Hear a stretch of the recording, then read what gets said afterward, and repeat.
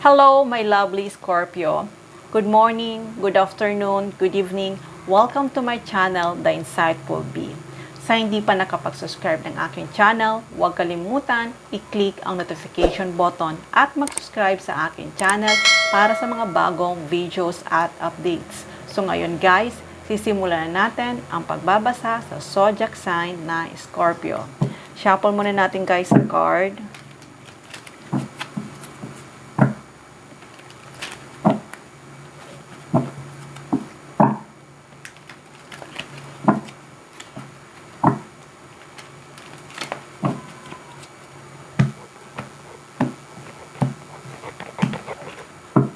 Okay, Scorpio. Ano nga ba ang message for Scorpio?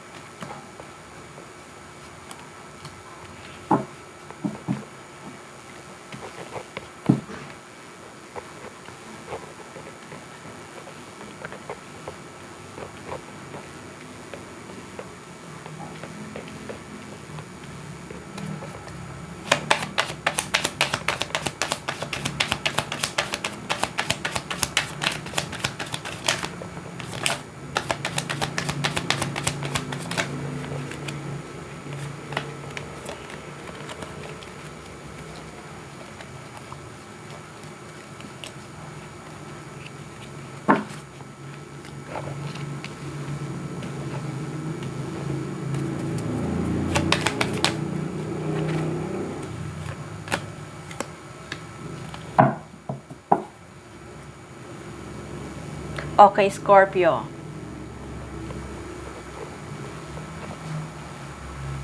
Sa nakikita ko ay talagang may pagbabago. Itong pagbabago na to ay napakaganda. Ngayon ay may isang taong lagi kang nasa isip nito. Kasi kung itong tao na to ay hindi pa nag-take action, ngayon ay magti-take action na to. Kasi ikaw lagi ang nasa isip niya. Paikot-ikot na ikaw ang laman ng isip niya. Kaya ngayon, itong tao na to na pupunta para sa iyo ay nagmamadali siya. Nagmamadali siya na makapunta para sa iyo. Kasi itong tao na to talagang ikaw ang laman ng isipan nito. Hindi ka mawala sa isip niya. Iniisip niya kung ano na ba ang ginagawa mo ngayon. Iniisip niya na baka mamaya mayroon ka ng iba. Basta itong tao na to ay ikaw lagi iniisip niya. Kaya itong tao na to ay hindi tumapakali. Hindi tumapakali. Kaya this time, kung dati ay wala kayong communication, pero makikipag-communicate na ito sa iyo. Kasi talagang ikaw ang laman ang nasa isip nito eh. Ikaw ang laman ng nasa isip nito. Kasi nakikita ka niya na ikaw ay napakaganda, stable ang buhay mo, at hindi lang yung talagang nagpo-focus ka lang sa trabaho mo. Kahit na alam niya nagpo-focus ka lang sa trabaho mo, pero hindi pa rin maiwasan niya na mag-isip sa iyo na baka mamaya ay may mangligaw na sa iyo, baka mamaya mayroon ka ng iba. Kaya itong tao na to ay nanghihinayang to na mawala ka sa buhay niya. Nanghihinayang to na mawala ka sa buhay niya. Kaya ngayon, nagpaplano siya na pumunta sa iyo. Nagpaplano na siya na sabihin niya na ang totoong nararamdaman niya. Kasi kung dati itong tao na to ay hindi pa handa, hindi pa niya masabi ang kanyang nararamdaman at hindi niya pa kayang gawin kung ano man yung gusto mo na mangyari sa iyong relasyon, pero this time ay nagising na siya. Nakita niya na it's time na. It's time na para kumilos na siya. It's time na para gumawa na siya ng action. It's time na para tuparin niya na ang mga pangako niya para sa iyo. Pero sa nakikita ko naman, itong tao na to ay talagang nagpaplano na siya. Nagpaplano na siya na pumunta sa iyo. Kasi nakikita niya na nakikita niya na handa na siya. Talagang handa na siya na makipag-commitment sa iyo. Handa na siya. Handa na siya na makasama mo siya. Handa na siya na makasama ka niya. Kaya itong tao na to talagang hindi siya mapalagay. Hindi siya mapalagay. Talagang ikaw talaga ang nasa isip niya. At sa pagkikita niyong dalawa, ay ibibigay niya na ang mga pagkukulang niya na hindi niya dati na ibigay para sa iyo. Kaya Scorpio, asahan mo na makakatanggap ka ng isang balita na galing sa kanya. Isang balita na hindi mo inaasahan. Kaya kung sa ngayon ay naguguluhan ka, sa ngayon kung dapat nga ba talagang tanggapin mo ang aalukin niya o dapat nga ba talagang makipag-commitment ka na sa kanya o dapat nga ba talaga na mag-settle down ka na, pero nasa sayo pa rin yan. Kasi itong tao talagang to, kahit na magkalayo kayo ngayon, talagang ikaw talaga ang nasa isip niya. At wala siyang ibang choice. Kasi hindi siya tumitingin sa ibang tao, sa iba. Kundi sa'yo lang talaga, sa'yo lang to nakafocus. Kasi maaaring marami kayong alaala na hindi niya dati naranasan to sa iba. Marami kayong alaala na magkasama kayong dalawa na hindi niya to naramdaman sa iba. Kaya this time itong tao na to ay kahit mag-isa siya sa ngayon, ay talagang ikaw talaga ang nasa isip nito. Kaya ngayon ay handa na to, nakapag-desisyon na to na i-message ka niya. Nakapag-desisyon na siya na tuparin niya ang mga pinag-usapan yung dalawa, tuparin niya yung mga pinangako niya para sa iyo. Kaya Scorpio, itong tao na to ay handa na. At hindi lang handa siyang ibigay niya ang lahat para sa iyo. Itong tao na to ay ititreat ka niya ng tama.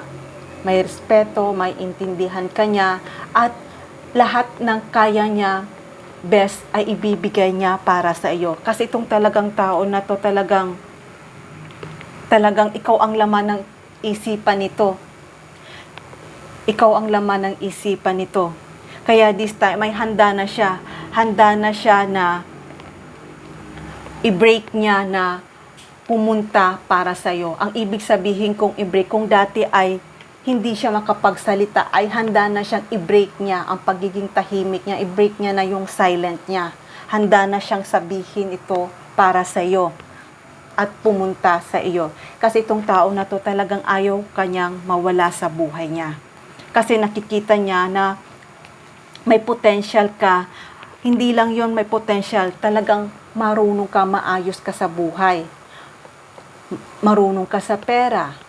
Marunong ka, organize ka, at mapagmahal ka, maintindihin ka. Kaya ngayon, itong tao na to ay nakita niya at na-observe niya para sa iyo na it's time na para tuparin niya naman ang mga ipinangako niya para sa iyo. Kaya Scorpio, kung wala kayong communication or kung may communication man kayo pero hindi madalas, pero this time ay talagang i-break niya na yung pagiging silence niya.